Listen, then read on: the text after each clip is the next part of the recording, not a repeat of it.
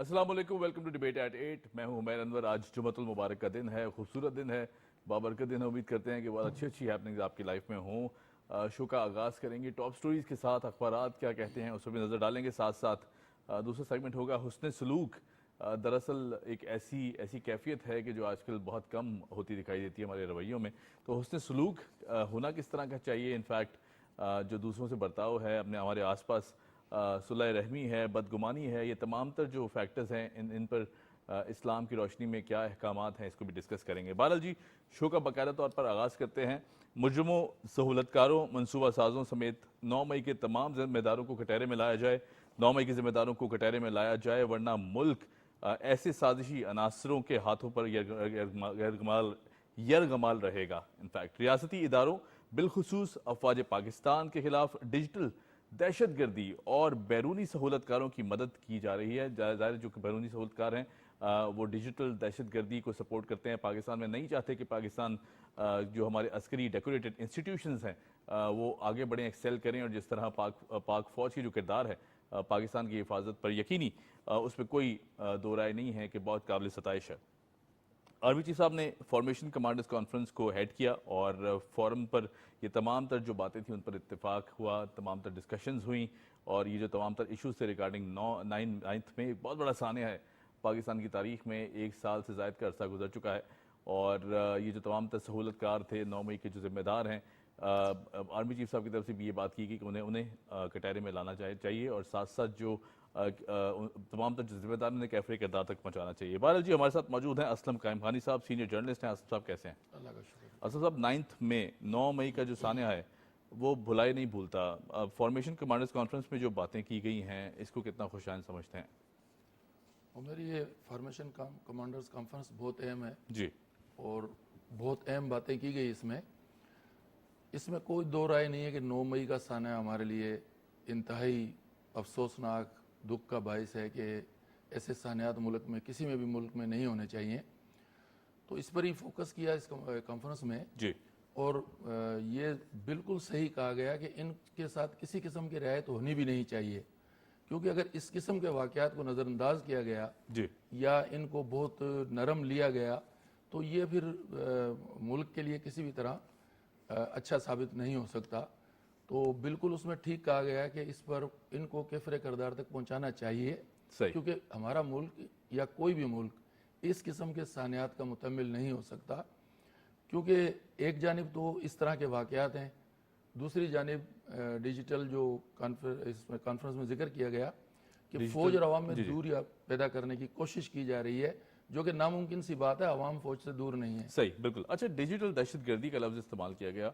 ایک طویل مدت سے ہم بھی یہی بات کرتے ہیں. جو تمام تر یہ ہم دیکھتے ہیں کہ آس پاس کے جو اطراف کے اس وقت ٹرینڈز چل رہے ہیں، خاص طور پر سوشل میڈیا کے، حکومت نے بڑی کوشش کی ہے، ابھی کوششیں کافی جاری بھی ہیں کہ اسے ریگولرائز کیا جائے، ریگولیٹ کیا جائے. خاص طور پر جو سوشل میڈیا کی پالیسیز ہیں ان پر بہت زیادہ کام کیا جا رہا ہے. آپ کو نہیں لگتا کہ ایک بہت بڑی کیمپین ایسے عناصر کی طرف سے کہ جو نہیں چاہتے کہ پاکستان آگے بڑھے، ہمارے اداروں پر کیچڑ اچھاڑنے کی کوشش کی گئی اور خاص طور پر ہماری جو گورنمنٹس ہیں ان پر کیچڑ اچھالنے کی کوشش کی گئی؟ تو کیا سمجھتے ہیں یہ جو 9 مئی کا انسیڈنٹ ہے یہ تو ایک سوچ ہے نا کہ جسے توڑنا بہت ضروری ہے؟ کیا کہیں گے؟ بالکل یہ ایک سوچ ہے اور اس کو توڑا جانا چاہیے. سوشل میڈیا پہ آپ دیکھ لیں کہ وہ کس طرح آزادی کے ساتھ، جی، یہ کسی بھی ملک میں نہیں ہو سکتا کہ پاک فوج جیسے ادارے یا کسی بھی ملک کی فوج کے خلاف جی، کسی بھی ملک میں اس طرح میڈیا، سوشل میڈیا، کبھی بھی سوشل میڈیا اس طرح متحرک نہیں ہوتا. لیکن واقعی آپ صحیح کہہ رہے ہیں کہ 9 مئی کی سوچ کوئی اس کو توڑنا ضروری ہے. اور یہ ڈیجیٹل دہشت گردی بالکل ہو رہی ہے، فوج کے خلاف ہو رہی ہے.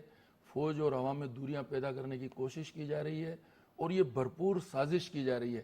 لیکن فوج ہر محاذ پر جس طرح کامیاب رہی ہے تو اس پر بھی کوشش کر رہی ہے اور انشاءاللہ اس سازش میں ملوث عناصر بے نقاب بھی ہوں گے، ناکام بھی ہوں گے اور انہیں یہ اس دہشت گردی میں کامیابی حاصل نہیں ہوگی. صحیح. اور اس میں یہ اضافہ کروں گا کہ عوام کو، ہمارے معاشرے کو بھی جی، آگے بڑھ کر، میں اسی طرف آ رہا تھا. ہاں، بڑھ کر آگے اپنا کردار ادا کرنا چاہیے. بالکل. اصل میں جہاں کردار کی بات آتی ہے وہاں سوشل رسپانسبلٹی، میں ہمیشہ اپنے شوز میں یہ ٹرم استعمال کرتا ہوں کہ سوشل رسپانسبلٹی بڑی اہم ہے. کیونکہ جب اداروں کی حکومتوں کی بات آتی ہے تو آپ کو نہیں لگتا کہ ان کو بڑی سپورٹ کی ضرورت ہے، خاص طور پر عوام کی؟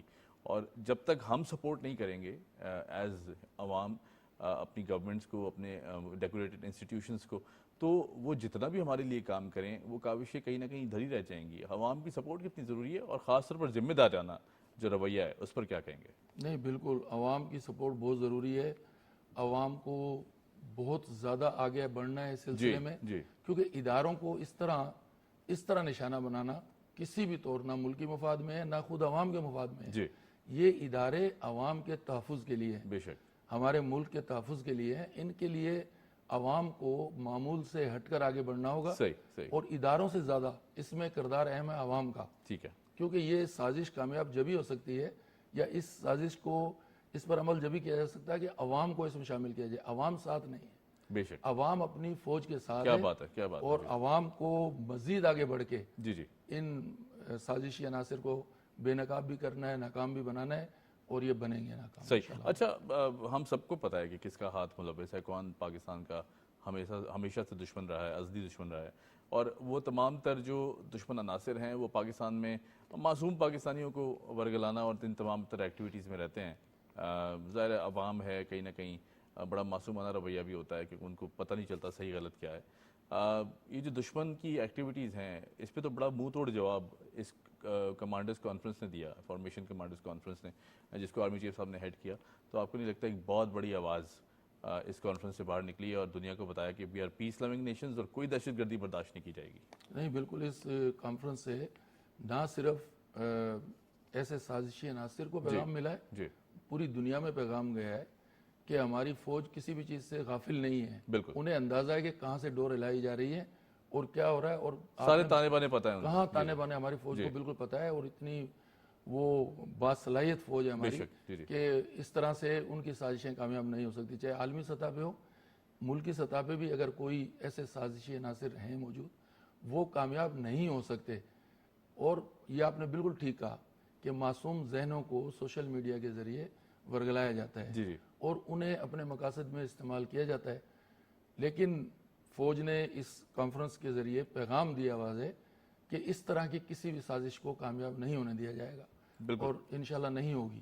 انشاءاللہ. اچھا، ساتھ ساتھ جب بات کرتے ہیں پاک افواج کے کردار کی، کل ہم نے کانفرنس میں دیکھا کہ آرمی چیف صاحب کی جانب سے بھی اور دیگر جو ہمارے اعلیٰ افسران ہیں، ہمارے عسکری افسران حضرات ہیں، ان کی طرف سے بھی جو شہداء کی قربانیاں ہیں اس کو بڑا خراج تحسین پیش کیا گیا.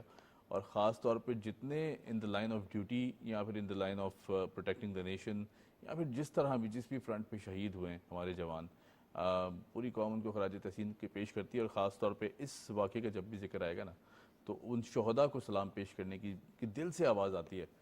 کیا کہیں گے اس حوالے سے؟ بالکل. دیکھیں، ہمارے شہید شہداء جو بھی ہیں ان کو قوم ہر وقت یاد کرتی ہے، ہر وقت خراج عقیدت پیش کرتی ہے. بھول ہی نہیں جا سکتا. بلانے والے شہداء ہمارے بھولنے والے نہیں بے ہیں. شک بے شک. ہم نہیں، پورا ملک جو آج سکون میں ہے، ہم رات کو سکون کی نیند سوتے ہیں تو ہمارے جوان بارڈرز پر دشمن کے سامنے سینہ سپر ہو کے کھڑے ہوتے ہیں. تو وہ سردی، گرمی، سیلاب، زلزلے انہیں متاثر نہیں کرتے. اور یہ ہمارے دشمنوں کو بھی پتہ ہے کہ پاک فوج کا ایک جوان سیسا پلائی ہوئی دیوار ہے، بے شک اور ان کو کراس کرنا بڑا مشکل ہے. تو آپ تصور کریں قوم کیسے بھلا سکتی ہے اپنے شہداء کو؟ نہیں بھول سکتی. بے شک. ہر جب بھی موقع آیا قوم نے انہیں خراج عقیدت بھرپور انداز میں پیش کیا، اور قوم ان کے شانہ بشانہ کھڑی ہے، پاک فوج کے ساتھ کھڑی ہے. اپنے شہداء کے، ان کی خدمات کو بھلا نہیں سکتی، ان کی قربانیوں کو نظر انداز نہیں کر سکتی. بے شک. اچھا، جس طرح آپ نے ذکر کیا، یقیناً ہم نے وہ موقع دیکھے بھی ہیں، چاہے وہ زلزلہ ہو، چاہے کوئی ایسی ناگہانی آفت ہو پاکستان پر، سیلابی صورتحال ہو، یا کوئی ایسی بات ہو کہ جس میں دشمن کوئی ہمیں تھریٹ بھی دے، تو ہم نے دیکھا کہ قوم بالکل ایک جسم ایک جان بن جاتی ہے اور تمام تر جو ڈفرینسز وہ بھلا دیے جاتے ہیں. یہ بھی ایک بڑی پازیٹیو اینگل ہے، اور فوج کے ساتھ شانہ بشانہ کھڑی دکھائی دیتی ہے. کیا کہیں گے؟ بالکل. بچہ بچہ فوج کے ساتھ ہوتا ہے. ہر شعبہ معاشرے کا جو بھی شعبہ ہے وہ فوج کے ساتھ کھڑا ہوتا ہے. اور پاک فوج کو یہ احساس ہوتا ہے کہ ہم اکیلے نہیں ہیں. بے شک. پورے ملک کے عوام ہمارے ساتھ کھڑے ہیں، اور ہر شعبہ ہمارے ساتھ ہے. بالکل صحیح. اور ہمیشہ ساتھ دیا ہے اور ساتھ کھڑے رہے ہیں. صحیح. اچھا اسلم بھائی، ایک اور بڑی اہم سٹوری ہے پاکستان سے شراکت داری چاہتے ہیں وزیر خارجہ آذربائیجان، اور ہمارے جو وزیر خارجہ ہیں اسحاق ڈار صاحب، ان کی طرف سے بھی بڑا زبردست جیسچر دیا گیا. انہوں نے کہا جی آذربائیجان کو سرمایہ کاری کی دعوت دی ہے. اور ایس آئی ایف سی کے بعد میں دیکھتا ہوں کہ ایک بہت بڑا دروازہ، بلکہ بہت سارے دروازے بہتری کی جانب، میوچل کو ریجنل کوآپریشن کی جانب، سرمایہ کاری کی جانب کھل گئے ہیں. کتنا خوشائند عمل ہے. پھر ساتھ ساتھ جس طرح برادران ملک ہیں، آذربائیجان ہیں، ہم نے سعودی انویسٹمنٹ دیکھی کہ بہت زیادہ سعودی عربیہ اس وقت پاکستان میں انویسٹمنٹ کرنے جا رہا ہے. ساتھ ساتھ یو اے ای کے ساتھ ابھی پرائم منسٹر صاحب بھی گئے تھے، بڑا اہم دورہ تھا. تو یہ تمام تر جو اب ڈیولپمنٹس ہو رہی ہیں، چاہے قطر ہو، عمان ہو، بہت ساری ڈیولپمنٹس ہو رہی ہیں. کیا سمجھتے ہیں کہ جو آنے والے 3 سے 4 سال ہیں جس میں حکومت سر توڑ کوشش کرنے کا پلان رکھتی بھی اور کی بھی جا رہی ہے، وہ کتنے بہتری ہو سکتی ہیں ان تمام تر؟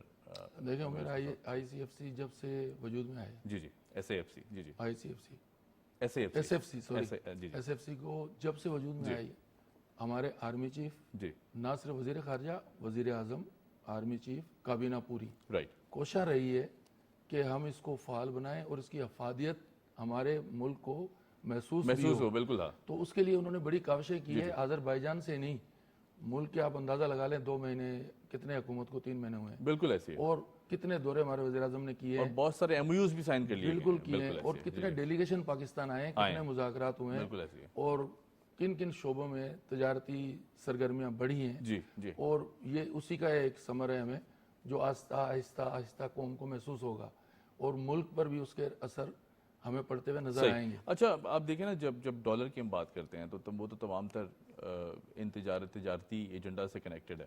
اور پھر اگر اس کی بات ہم بات کریں تجارت کی، تو ڈیفینیٹلی ایک بڑا مشکل ماحول پیدا ہو گیا تھا پچھلے 5 سال کو. اگر ہم دیکھتے ہیں جو پچھلی حکومت الیکٹڈ گورنمنٹ تھی، اس نے دیکھا کہ بہت سارے ایسے غلط فیصلے کیے کہ جن کا خمیازہ پوری قوم کو بھگتنا پڑا ان دا بیک آف ڈالر بہت زیادہ فلکچویٹ کر رہا تھا. گزشتہ کئی ماہ سے ہم دیکھ رہے ہیں کہ اب ڈالر بالکل سٹیگننٹ ہے، اپنی جگہ پہ کھڑا ہوا ہے، بلکہ اب تو انڈیکیٹرز یہ کہہ رہے ہیں کہ نیچے بھی آنے والا ہے بہت جلد انشاءاللہ. سلولی اینڈ گریجولی اب نیچے کی جو سپیڈ ہے وہ تیز ہو جائے گی. تو کیا سمجھتے ہیں خوشحالی کا آنے والا جو سفر ہے وہ خوشحال ہو سکتا ہے؟ نہیں، آپ دیکھیں کہ پاکستان اسٹاک مارکیٹ ہاں ایک منہ بولتا ثبوت ہے. منہ بولتا ثبوت ہے، اس میں بتانے کی کسی کو ضرورت نہیں بالکل ہے. ایسی ہے، بالکل ایسی ہے. تو کچھ تو ہے جس کی وجہ سے پاکستان اسٹاک مارکیٹ اوپر جا رہا ہے ہے اور بڑی تیز رفتاری سے جا رہا ہے اور ریکارڈ توڑ رہا ہے. کئی دفعہ تو ریکارڈ توڑا ہے انہوں نے. تو یہ ان کے اثرات ہیں، اسی کے ثمرات ہیں. اور بہت سے آپ نے دیکھا ہوگا کہ بہت سے شعبوں میں جو مہنگائی کا واویلا مچا ہوا تھا اور جو 5 سالہ پچھلی گورنمنٹ کے جو اثرات تھے وہ آہستہ آہستہ ظاہر ہوتے نظر آ رہے ہیں. عوام کی طرف سے تکلیف کے بعد ظاہر ہے ہم تو عوام کو نہیں کہتے، تکلیف ہوتی ہے تو عوام بولے گی، لیکن جو عوام کی طرف سے آوازیں اٹھائی جا رہی تھی کہ مہنگائی بہت زیادہ ہے، پریشانی بہت ہے، میرے خیال سے اب کہیں نہ کہیں سکون کی ایک کیفیت ہم دیکھ سکتے ہیں کہ یہ ڈیبیٹ کافی پیچھے رہتی جا رہی ہے. کیا نہیں، خوشگوار ہوا کے جھونکے محسوس ہو رہے ہیں عوام کو بھی، اور اس آواز میں کمی آتی جا رہی ہے. بالکل ایسی ہے. اور اللہ کرے کہ یہ سلسلہ جاری رہے. صحیح انشاءاللہ. ہم دعاگو ہیں اس لیے کہ یہ خوشگوار ہوا چلتی رہے اور اسی طرح کے سلسلے، اسی طرح تجارتی سرگرمیاں اسی طرح بڑھتی رہیں، تاکہ ہمارے ملک میں یہ لوگوں کی تکلیفیں کم ہو رہی ہیں، مزید ہوں، تاکہ ایک سکون کا ماحول میسر آ سکے. بالکل ٹھیک. اچھا اسحاق ڈار صاحب کے پورٹ فولیو کی اگر بات کی جائے، جس طرح اب وہ فورن پالیسی ہینڈل کر رہے ہیں، فورن آفس کو بہت اچھے سے انہوں نے سنبھالا ہوا ہے، چاہے وہ فائنینشیل فرنٹس ہوں، چاہے وہ فورن پالیسیز ہوں، چاہے وہ دیگر سپورٹ ہو اپنے لیڈران کو، یقیناً بڑا فینومینل ایک ایرا دکھائی دیتا ہے. تو جس طرح کہ اب چونکہ اس منصب پر اسحاق ڈار صاحب راجمان ہیں، وہ سنبھالے بیٹھے ہیں، کس طرح دیکھتے ہیں جو فورن ٹائز ہیں بٹوین آل دا مسلم ورلڈ اور ساتھ ساتھ جو دیگر ہمارے ساتھی ہیں، جس میں چائنا بہت بڑا ایک ساتھی، ایسی دوستی ہے کہ جو مثالی مانی جاتی ہے، اس کے ساتھ بڑے زبردست سی پیک کی مد میں بھی ریلیشنز اور بڑی سپیڈ سے کام چل رہا ہے. تو کیا سمجھتے ہیں کہ جو فورن فرنٹ ہے ہمارا وہ کتنا مضبوط ہے اس وقت؟ عمر دیکھیں، اسحاق ڈار باصلاحیت ایک شخصیت ہیں، اس میں کوئی دو رائے نہیں ہے. چاہے فنانس کا شعبہ ہو، چاہے خارجہ امور ہوں، وہ انہیں دسترس حاصل ہے. صحیح. اور ان 2-3 ماہ میں انہوں نے بہت سے ملکوں سے رابطے کیے ہیں، اور انہی کے ہی یہ ثمرات ہیں کہ وزیر اعظم کی کوششوں سے، ان کی کوششوں سے اور تجارتی سرگرمیاں بڑھی ہیں ملک میں. اس کے علاوہ ایک واقعہ یہ ہوا تھا اسٹوڈنٹس کا، تو اس میں بھی انہوں نے بھرپور کردار ادا کیا. کرگستان والے انسیڈنٹ کی بات کریں، کرگستان والے کس طرح وہ پہنچے اور انہوں نے وہاں پہنچے، ہینڈل کیا اسے. تو وہ اپنے طور پر اپنے تئیں بہت کوشش کر رہے ہیں اور اس میں انہیں کامیابی بھی مل رہی ہے. بے شک بے شک. تو ہر شعبے میں انہوں نے اپنے آپ کو منوایا ہے اور خارجہ امور پہ بھی انہیں کامیابیاں حاصل ہو رہی ہیں رائٹ. اور وہ کامیاب ہوتے نظر آ رہے ہیں بالکل ٹھیک. اور مزید بھی ہوں گے انشاءاللہ. ہم یہ امید کر سکتے ہیں. اچھا کیونکہ بجٹ قریب ہے تو بڑی اہم جو ڈیولپمنٹس ہیں وہ بھی ڈسکس کرنا چاہوں گا.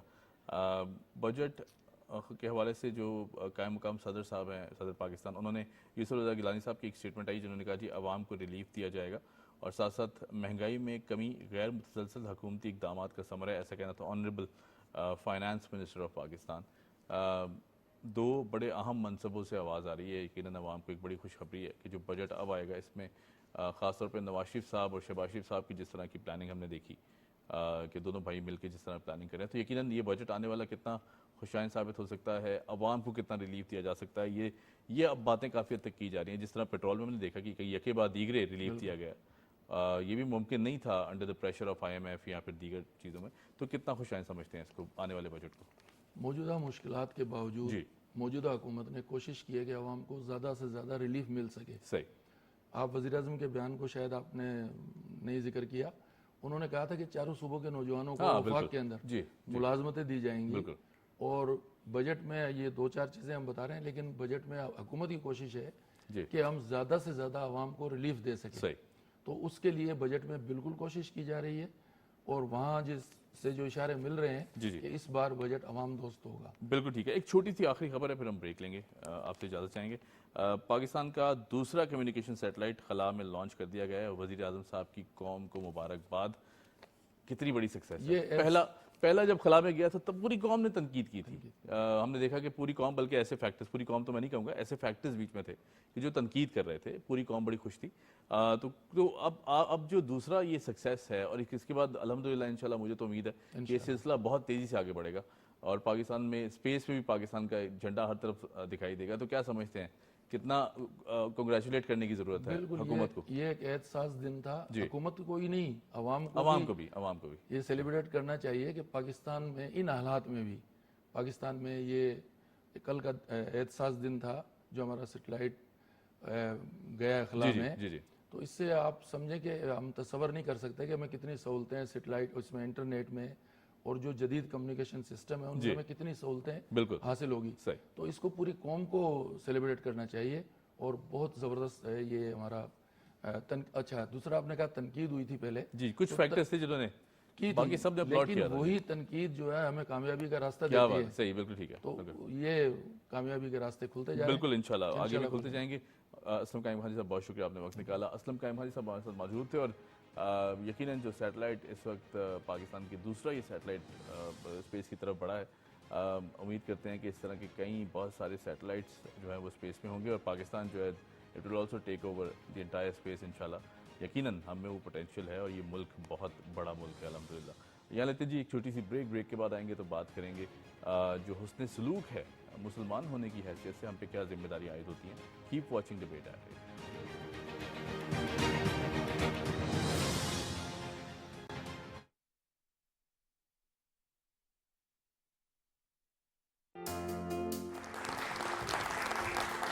السلام علیکم. ایک ذرا سوچنے دو میں تمام حاضرین اور غیر حاضرین کو میں خوش آمدید کہتی ہوں. چھٹی حص ہے کیا, اس کی سائنسی حقیقت کیا ہے؟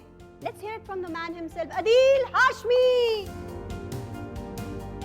انسان کا جو ذہن ہے اس میں ایک خوبی یہ ہے کہ وہ پلک جھپکتے میں کچھ ایسی کرتا ہے کیلکولیشن کہ وہ صحیح فیصلے تک پہنچ جاتا ہے.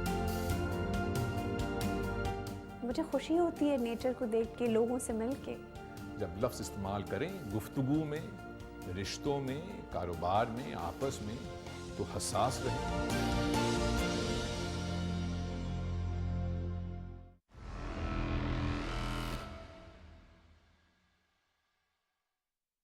مجھے پتہ ہی تھا شادی کے بعد زندگی اتنی حسین ہو جاتی.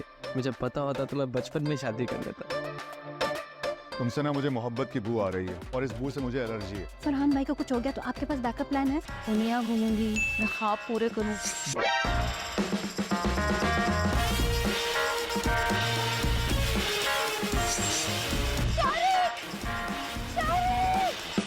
یہ کیس تو حلق میں اٹک گیا.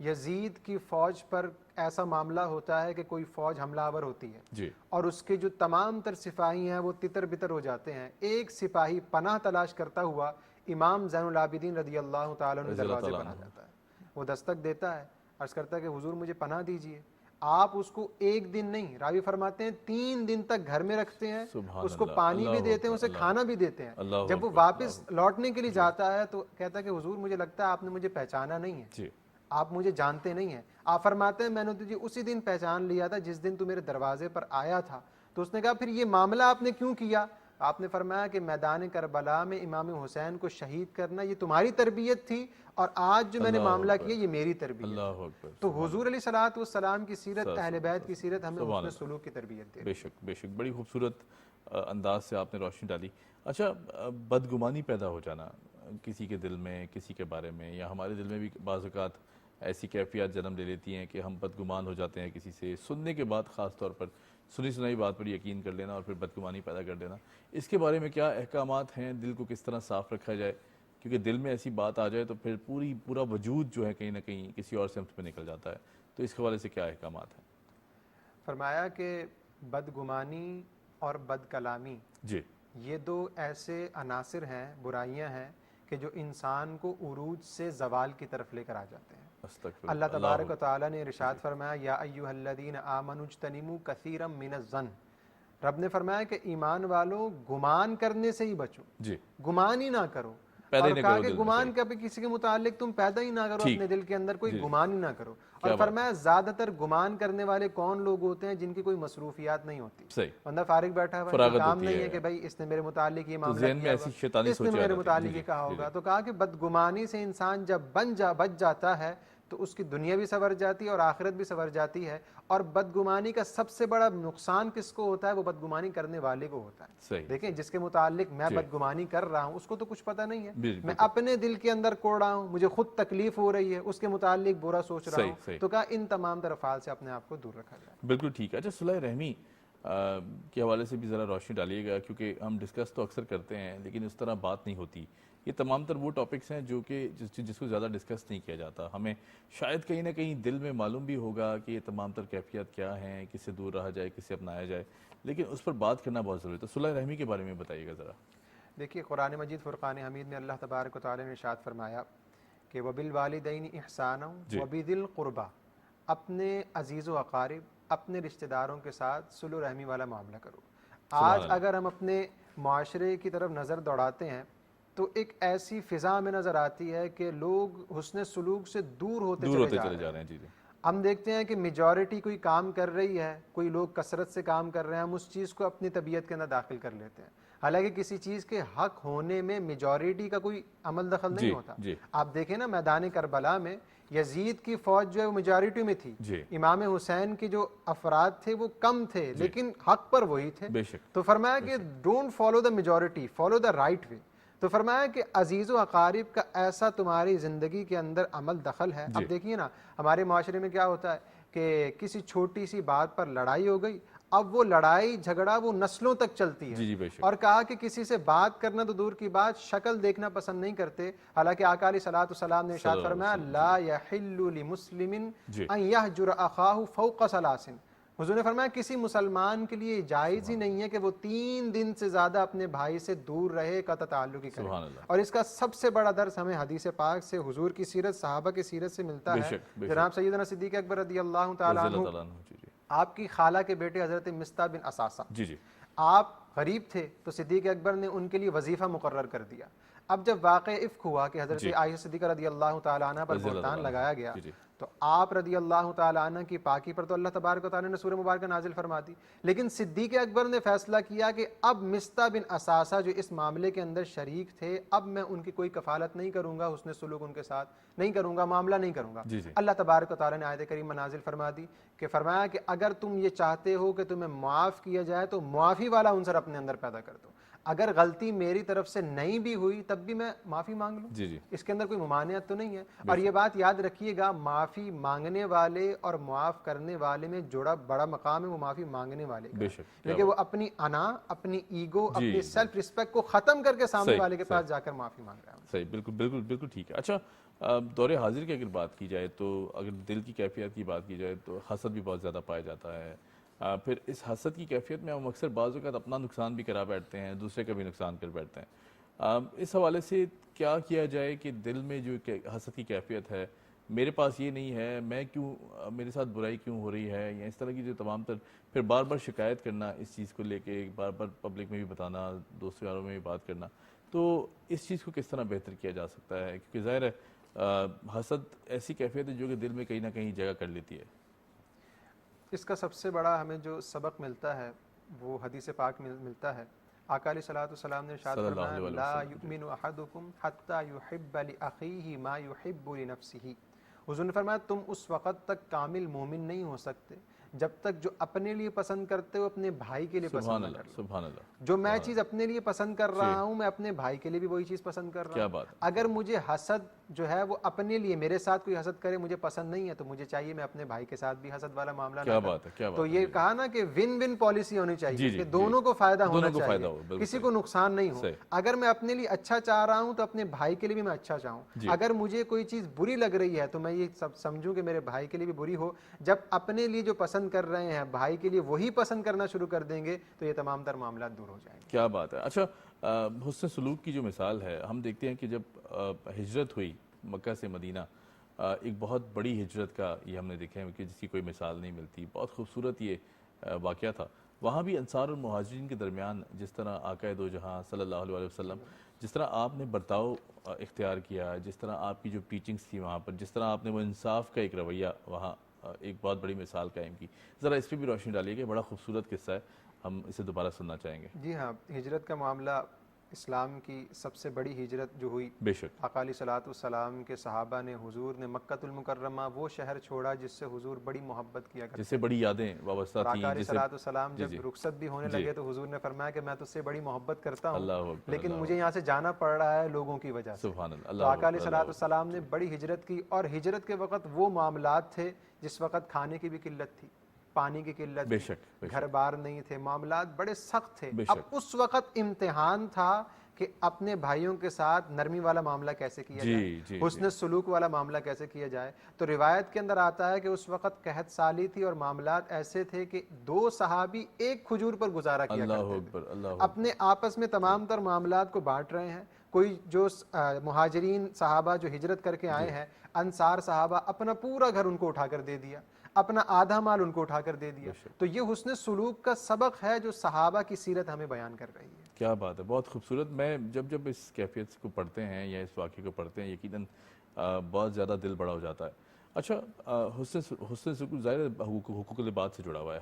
اللہ پاک نے جو انسان کے حقوق ہیں اس کے حوالے سے بڑے کلیئر احکامات بھی ہمارے سامنے رکھے, اور ہمیں جو مشعل راہ ہے وہ بھی بتا دی ہے, ہمیں ایک ڈائریکشن بھی دے دی ہے. پھر بھی کہیں نہ کہیں ہم زیادتی کا معاملہ آ جاتا ہے, کسی سے حق تلفی کا معاملہ آ جاتا ہے, کہیں ناحق کسی کے ساتھ کوئی ایسی بات کر دی جائے, کسی کی دل آزاری کر دی جائے, ہم سوچتے نہیں ہیں, بعض اوقات ہم کہہ دیتے ہیں. ایسی صورتحال میں جو کنٹرول ہے اسے کس طرح بہتر بنایا جا سکتا ہے, اپنی پرسنالٹی پہ بھی, زبان پہ بھی, اور پھر ظاہر ہے کسی کی اگر دل آزاری ہو رہی ہے اور اگر کر بھی دی ہے تو ایسی صورتحال میں کیا کرنا چاہیے؟ دیکھیے, سب سے پہلے تو ہم اس چیز کو سمجھیں کہ جو ہم کسی بندے کی اصلاح کرنا چاہتے ہیں تو اصلاح در حقیقت ہے کیا. آج ہم یہ سمجھتے ہیں کہ کسی بندے کو 4 بندوں کے سامنے پوائنٹ آؤٹ کر دینا کہ جناب میں تو اس کی اصلاح کر رہا تھا, یہ در حقیقت اصلاح نہیں ہے. یہ جو ہے وہ اس کی عزت نفس کو مجروح کرنا ہے. اصلاح کیا ہے؟ اصلاح یہ ہے کہ اگر کوئی بندہ برا کام کر رہا ہے, غلطی کر بھی رہا ہے, انسان ہے, غلطی ہو جاتی ہے, تو اس کو اکیلے میں بٹھا کر محبت کے ساتھ سمجھایا جائے. اور یہاں پر بڑا ہی خوبصورت سیرت کا ہمیں اہل بیت کی سیرت کا واقعہ ملتا ہے. امام حسن امام حسین رضی اللہ تعالیٰ عنہ, آپ دونوں شہزادے, آپ نے ایک بزرگ بوڑھے کو دیکھا کہ وہ وضو کر رہا ہے لیکن وضو میں غلطی کر رہا ہے, صحیح وضو وہ نہیں کر رہا. اب انہوں نے کہا کہ عمر بھی زیادہ ہے, اس کو سمجھائیں تو کیسے سمجھائیں. تو انہوں نے کہا کہ چچا جان ہم دونوں وضو کرتے ہیں اور آپ دیکھیں ہمارا وضو کس کا وضو ہم دونوں میں سے صحیح ہے. اللہ اکبر. وہ سبحان اللہ. ہستیاں جن کی تربیت نبی کے گھرانے میں ہوئی, سبحان اللہ. جن کی تربیت حضرت علی کے پاس ہوئی, جن کے متعلق آقا علیہ الصلوۃ والسلام نے ارشاد فرمایا کہ انی ترکت فیکم الثقلین کتاب اللہ و عترتی اہل بیتی, جن کو اسلام کا معیار حضور نے بیان کر دیا, کیا وہ وضو میں غلطی کر سکتے ہیں؟ ہرگز نہیں. یہ اصلاح کا انداز تھا. جب بوڑھے نے دیکھا کہ بڑا ہی خوبصورت انداز میں وضو کیا جا رہا ہے تو کہا کہ شہزادوں آپ کی اصلاح کرنے کا انداز بڑا خوبصورت تھا, وضو آپ کا صحیح ہے, میرے ہی وضو کے اندر غلطی ہے. تو یہ اصلاح کا انداز ہوا کرتا تھا, سمجھانے کا انداز ہوا کرتا تھا. آج اگر میں سمجھتا ہوں اس چیز کو ہم اپنا لیں جو صحیح طریقہ اصلاح کا, تو ہمارے معاشرے سے یہ بیماریاں دور ہو جائیں گی. صحیح. اچھا, جو رویہ ہے بھائی کے ساتھ ایک دوسرے بھائی کا, اس پہ تو آپ نے روشنی ڈالی. جو لین دین کے معاملات ہیں, ہم بعض اوقات دیکھتے ہیں کہ اس میں بھی بہت زیادہ کوتاہی دکھائی دیتی ہے. پھر اس کے بعد اگر کوئی ناراضگی کسی واقعے پر ہو جاتی ہے تو وہ لڑائی تک پہنچ جاتی ہے. زبان کی چھوٹی سی ایسی لفظ کی جو لڑائی تک پہنچ گئی, اور پھر اس کے بعد بہت سارا نقصان دونوں طرف کے جو فریق ہیں ان کو ہو جاتا ہے. تو ایسی صورتحال میں ایک تو سب سے پہلے بتائیں کہ غصہ جب آ جاتا ہے اس پر کس طرح غلبہ حاصل کیا جائے اس وقت, کیونکہ بہت چھوٹا سا ایک سپیل ہوتا ہے کہ جب انسان بہک جاتا ہے, اپنے کنٹرول سے باہر نکل جاتا ہے. ایسے میں کیا کرنا چاہیے, اور اس کے بعد کیا احکامات ہیں کہ غصے کی جو کیفیت ہے اسے کس طرح دور رہا جائے, کیونکہ یہی برائی کی جڑ ہے. حضرت علی رضی اللہ تعالیٰ عنہ آپ نے ارشاد فرمایا, آپ کے اقوال زرعی ہیں, آپ نے فرمایا کہ خوشی کے وقت کوئی وعدہ نہ کرو, کیا بات, اور غصے کی حالت میں کوئی فیصلہ نہ کرو. بے شک. اکثر ایسا ہوتا ہے کہ جب ہم خوش ہوتے ہیں تو ہم بڑے وعدے کر بیٹھتے ہیں, جی. تو اب پھر بعد میں اس کے متعلق ہم سوچ رہے ہوتے ہیں. اور غصے میں یہ ہوتا ہے کہ انسان فیصلے کر بیٹھتا ہے اور پھر بعد میں اس کو اس چیز پر ریگریٹ ہونا شروع ہوتا ہے. اور آقا علیہ الصلوۃ والسلام کی حدیث پاک حضور نے فرمایا کہ پہلوان وہ نہیں ہے کہ جو کشتی میں دوسرے کو پچھاڑ دے. حضور نے فرمایا پہلوان وہ ہے کہ جب غصہ آئے اور وہ اپنے آپ پر کنٹرول کرے, قابو کرے, اور وہ سامنے والے پر قدرت رکھتا ہو اس کو نقصان پہنچانے کی, اسے مارنے کی, تکلیف دینے کی, اس کے باوجود اپنے آپ پر قابو پا لے, تو کہا کہ وہ غصے پر قابو پانے والا ہو گیا اور حضور کی سیرت پر عمل کرنے والا ہو گیا. اور یہاں پر بھی یہی پہلو ہے. حضرت عثمان غنی رضی اللہ تعالیٰ عنہ, جیسے آپ نے کاروبار کے متعلق کہا, حضرت عثمان غنی رضی اللہ تعالیٰ عنہ فرماتے ہیں کہ آقا علیہ الصلوۃ والسلام نے ارشاد فرمایا کہ اس کے لیے جنت ضروری ہو گئی, جنت اس کے لیے لازم ہو گئی جو نرمی کرنے والا ہے. اب چاہے وہ نرمی کاروباری بندہ کرنے والا ہے, دکاندار کرنے والا ہے, یا خریدار کرنے والا ہے. حضور نے فرمایا یسروا ولا تعسروا, لوگوں کے لیے آسانیاں پیدا کرو, ان کے لیے مشکلات پیدا نہ کرو. اگر تم لوگوں کے لیے آسانیاں پیدا کرو گے تو اللہ تبارک و تعالیٰ تمہارے لیے آسانیاں پیدا کرے. سبحان اللہ. اچھا علامہ صاحب, میں چونکہ سارے سوال اس لیے کر رہا ہوں کہ ہم چاہتے ہیں کہ زیادہ سے زیادہ ڈسکشن ہو سکے. اس میں ایک پہلو اور بھی ہے, کان کا کچا ہونا. یعنی آپ نے کسی سے بات سنی, آپ نے بنا تصدیق کیے, بنا کوئی ایسی بات کی, آپ فوراً اس تک پہنچ گیا, آپ نے لڑنا شروع کر دیا, اس شخص کا نقصان بھی کر دیا, یا ہو سکتا ہے وہ قصوروار نہ ہوتا, کسی نے بات توڑ مروڑ کے پیش کی ہو یا توڑ موڑ کے پیش کی ہو. کیا سمجھتے ہیں کہ اس چیز کو سنی سنائی بات پر یقین کر لینا, پھر اس کے بعد اس پر ریاکشن دے دینا, اس کے بارے میں کیا احکامات ہیں؟ دیکھیے یہاں پر بڑی خوبصورت بات ہمارے بزرگ ہمیں فرمایا کرتے تھے. وہ کہتے ہیں کہ اپنی جو راز کی بات ہے نا, وہ آپ کسی کو نہ بتائیں. صحیح. کیونکہ جب تیری راز کے بعد تجھ تک محفوظ نہیں رہی, تو نے دوسرے کو بتا دی, پھر آگے والے سے کیا ایکسپیکٹیشنز ہو سکتی ہیں. اب اگر کسی بندے نے پھر دوسری بات, اپنی بات راز کی بات بتا دی, اپنی تکلیف تم سے ظاہر کر دی, تم سے مشورہ لے لیا, تو اب سامنے والا وہ امانت دار ہو گیا. صحیح. جیسے ہم مال میں امانت دار ہوتے ہیں, ویسے ہم اقوال میں بھی امانت دار ہوتے ہیں. اگر میں نے کسی کی بات دوسرے تک پہنچائی, اس نے مجھے منع کیا تھا, راز کی بات تھی, تو میں خیانت کرنے والا ہوں. اور خائن کے متعلق کیا فرمایا کہ وہ دنیا میں بھی اس کے لیے معاملات خراب ہیں اور وہ رسوائی کا شکار ہو جاتا ہے, آخرت کے اندر تو معاملات خراب ہی ہیں. تو اگر کوئی بندہ مجھے اپنے راز بتا رہا ہے, کوئی دوست ہے, کوئی معاملات ہیں, تو مجھے چاہیے اس کو راز رکھا جائے. صحیح. اچھا, امانت میں خیانت, یہ حسن سلوک کی یہ بھی ایک بہت بڑی شاخ کہیں گے, یا اس کی سب برانچ کہیں گے.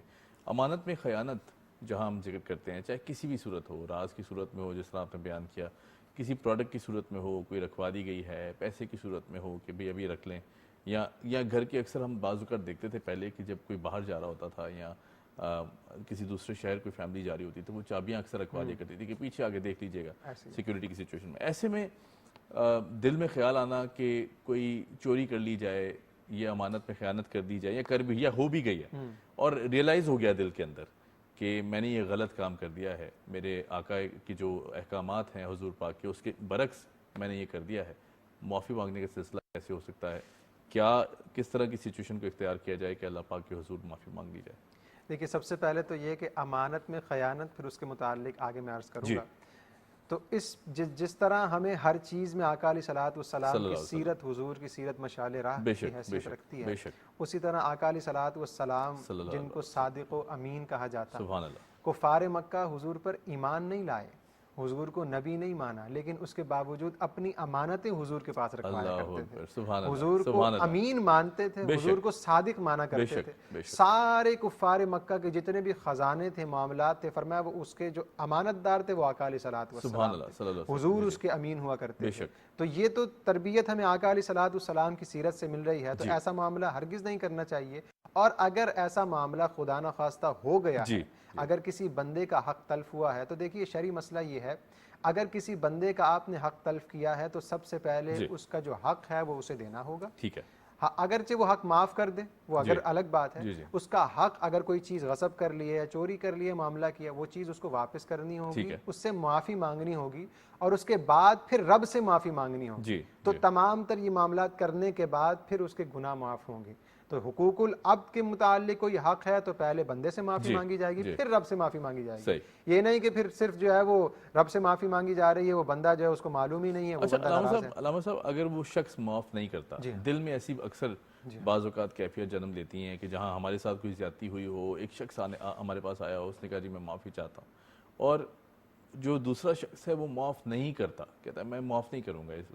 ایسی صورتحال میں وہ شخص کیا کرے؟ اس کے دل میں تو اللہ پاک نے نرمی ڈال دی تھی کہ جا کے معافی مانگ لی جائے, اپنی تمام تر جو ایگو ہے اسے پیچھے رکھ کے معافی مانگنے پہنچ گیا, ایک دوسرے شخص نے معاف نہیں کیا, تو ایسی صورتحال میں کیا احکامات؟ جی ہاں, اس کے متعلق آقا علیہ صلاۃ والسلام کی حدیث پاک حضور علیہ صلاۃ والسلام نے ارشاد فرمایا کہ تم اپنے بھائی کی طرف آگے بڑھو سلام میں. اس سے مراد جو ہے معاملات ختم کرنے میں, جی ہاں, سلام میں آگے بڑھو, اور اگر وہ بندہ تمہیں جواب نہیں دیتا تو اس کا معاملہ اس تک ہے, تم نے اپنی ذمہ داری پوری کر لی. آپ اگر معاملہ آپ کے ساتھ نہیں بھی تھا, آپ نے معافی مانگ لی, تو آپ بری ذمہ ہو گئے. اب عند اللہ آپ کی پکڑ نہیں ہوگی, رب کی بارگاہ میں آپ کی پکڑ نہیں ہوگی. اس سامنے والے کو چاہیے وہ سختی نہیں بلکہ نرمی کے ساتھ معاملہ کرے.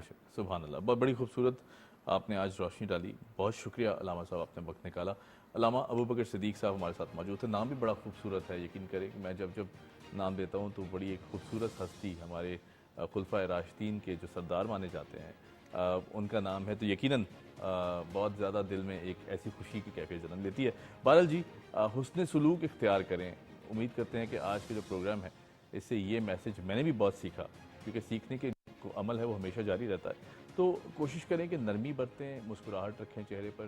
یہ تمام تر وہ کیفیات ہیں جو ہمارے پیغمبر آخر الزمان صلی اللہ علیہ وسلم, آقا دو جہاں حضرت محمد مصطفیٰ صلی اللہ علیہ وسلم نے ہمیں بتا دیا کہ ان کی سیرت طیبہ میں ہمیں ہمیشہ ایک مسکراہٹ کا ایلیمنٹ جو ہے وہ کنسسٹنٹ دکھائی دیتا ہے. ہمیشہ ہر موقع پر, چاہے کوئی بھی ظلم ہوا ہو, کوئی بھی ایسی کیفیت ہو کہ جہاں جبر کی سچویشن تھی, وہاں بھی مسکراہٹ اور دعا کا ایلیمنٹ تھا. تو اسے اپنانے کی کوشش کریں. ایک بہترین مسلمان اور ایک بہترین قوم اسی طرح بنا جا سکتا ہے.